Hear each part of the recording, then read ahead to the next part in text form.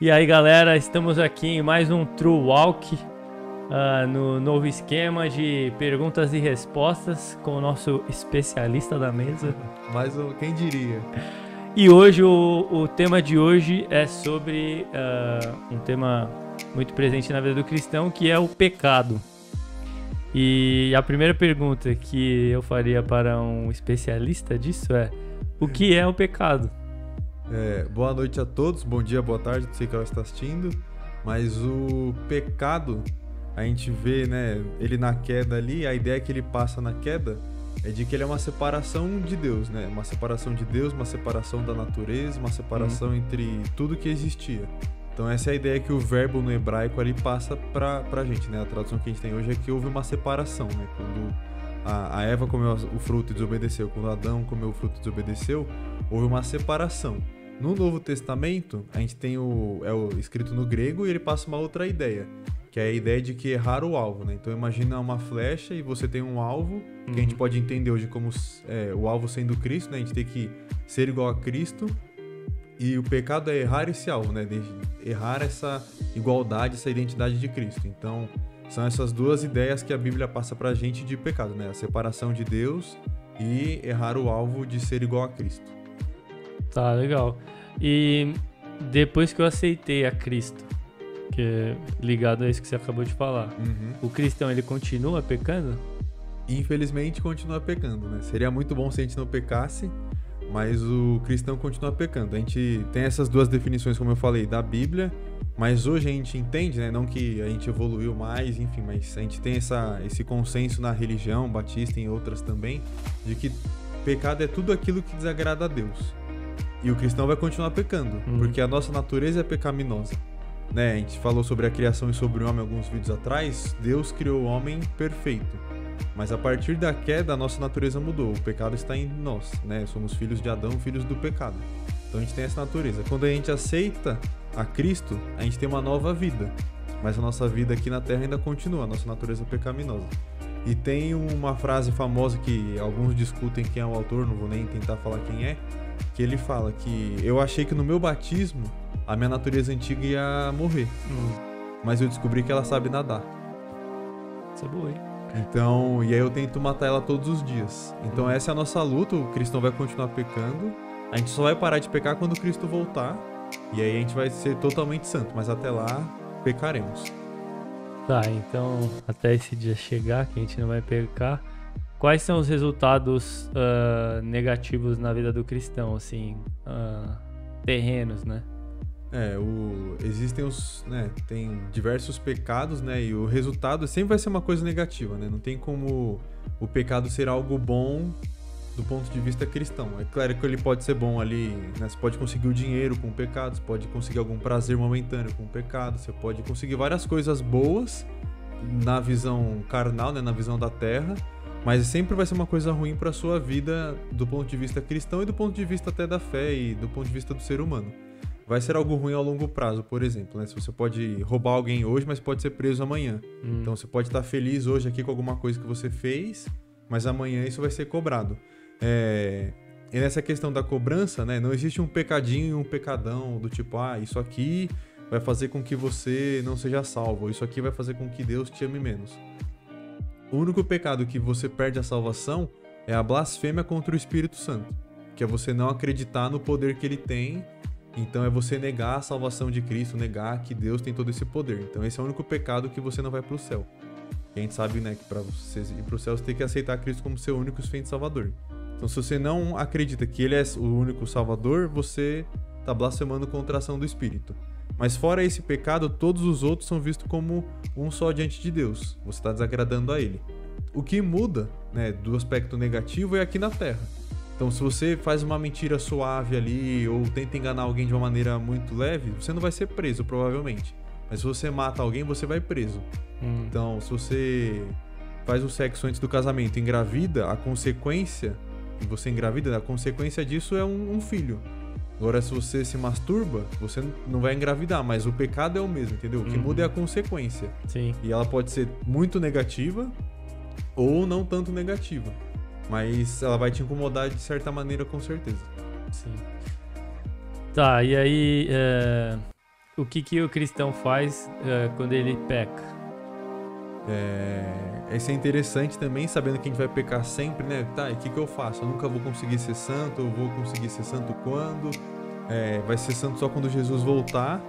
Mas o que a gente tem que fazer é se arrepender do nosso pecado e tentar lutar contra ele. Então, se arrepender verdadeiramente daquilo que você fez, né? Ou daquilo que você pensou em fazer, né? Que Jesus coloca que os nossos pensamentos também são pecaminosos.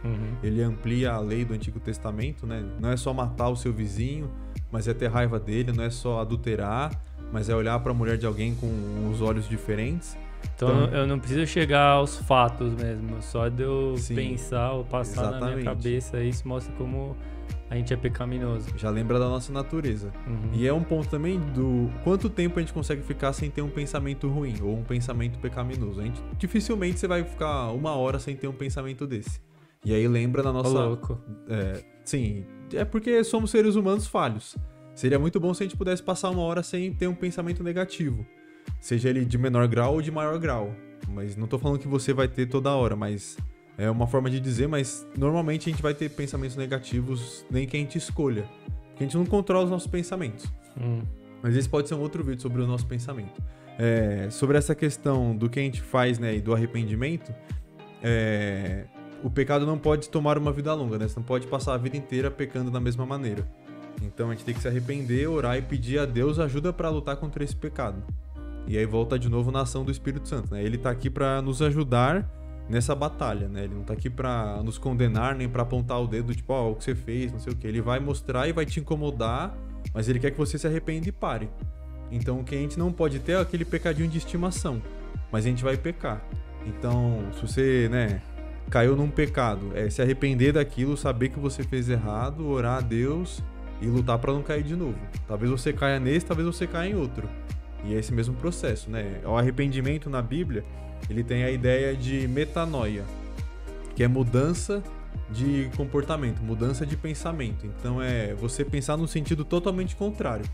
Então enquanto eu tô indo para aquele sentido pecar e eu percebo isso e me arrependo, eu começo no sentido contrário, eu vou fugir do pecado, né? E tem aquele texto polêmico, né, que alguns usam, que é: se o seu olho faz você pecar, arranque e jogue fora, porque é melhor entrar no céu com um olho a menos do que pro inferno com o corpo inteiro. Tá, e como o pecado foi derrotado? O pecado foi derrotado graças né, o salário do pecado é a morte, mas o dom gratuito de Deus é a vida. Então o pecado foi derrotado através do poder de Deus, da ação do Espírito Santo e do sacrifício de Jesus na cruz. Quando Jesus morreu na cruz, ele sendo 100% homem, sendo 100% Deus, ele pagou todos os nossos pecados. Então no Antigo Testamento tinha o sacrifício, né? Você tinha sacrifícios específicos para pecados específicos, e o grande sacrifício que pagou todos os pecados foi o sacrifício de Cristo Jesus na cruz. E tem um versículo que fala que onde abundou o pecado, onde tinha muito pecado, superabundou a graça. E aí esse é um termo interessante, que ele dá a ideia de que, né, imagina um copo que você vai pecando e ele vai enchendo, e você encheu o copo de pecado. A graça de Deus e a salvação dele é ele jogando água nesse copo e transbordando o pecado para fora, até o ponto em que dentro só tem a graça de Deus. Então ela não só enche o copo, não só limpa, mas ela transborda de graça, ela foi super abundante. Então essa é a ideia que a gente tem de como o pecado foi derrotado, né? Através da graça, através de Jesus. Legal, agora a perguntinha surpresa. Ih, Berdo. Se eu penso, na minha cabeça eu pensei de forma pecaminosa, mas eu não cheguei a cometer a ação. Eu pequei ainda? Ainda assim pecou. Porque... Então não é a decisão mesmo. Isso mostra como a nossa natureza realmente é tendenciosa ao mal. Sim, porque Jesus fala, né? Se você não só adulterar é pecado, que essa era uma lei, mas você olhar para a mulher de alguém e querer ela, né? Não só você matar o seu irmão é pecado, e falando de Caim, né? Que ele segue um pouco desse exemplo, mas você odiar o seu irmão já é um pecado. Então a nossa mente, porque tudo começa na nossa mente, né? Você não vai matar alguém do nada, você pensou isso antes. Então a ideia é que você controle os seus pensamentos. A gente sabe que isso é muito difícil, tem um monte de coach vendendo isso hoje, né? De controlar o seu pensamento, mindset e tudo mais. Mas é difícil a gente controlar o 100%. E se fosse só a atitude, seria muito fácil. E era isso que os fariseus viviam nos judeus também. Então você podia pensar um monte de coisa, mas se você não faz a ação ali totalmente, você não pecou. Mas Jesus, ele não vem pra... né, ele fala que ele não vem pra aniquilar, mas ele vem pra ampliar a lei. E ele amplia nesse sentido, não de tornar mais difícil, mas de mostrar a realidade que é o ser humano. E de que a nossa luta é muito mais difícil. Ela sempre foi difícil para os judeus e ela continua sendo difícil pra gente. Ele só abriu mais a nossa mente para entender isso. Boa. É isso aí, pessoal. Espero que dúvida sobre pecado tenha sido sanada. Se você tem mais alguma dúvida, comenta aí ou manda no nosso Insta pra gente poder responder também. Se for uma dúvida mais complexa, a gente grava um vídeo para responder a sua dúvida. É isso aí. Ande e fale com a gente. Valeu!